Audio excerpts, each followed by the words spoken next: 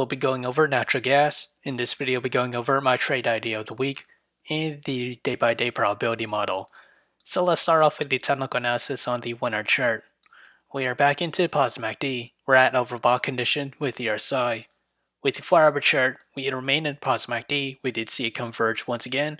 We're at overbought levels with the RSI, and we bounced right off the 18 moving average, this purple line, at a price of $5.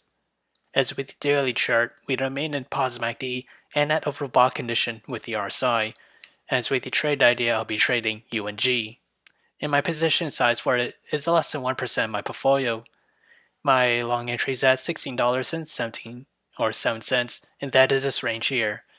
My sell target is at $17.72, and my stop loss is at $15.73. However, if I were to open a short position, my entry is at $18.63. My sell target is at $16.43, and my stop loss is at $19.62. So how did I develop these trade ideas? It all comes from the day-by-day probability model. As we progress to the 5th day or week of trading, natural gas has a 29% chance to climb between 0 to 7.4%. To the downside, it has a 57% chance to fall between 0 to negative 7.4%, and a 14% chance to fall between negative 7.4 to negative 15%. So if you enjoyed this content, feel free to like, comment, subscribe, and thank you for watching.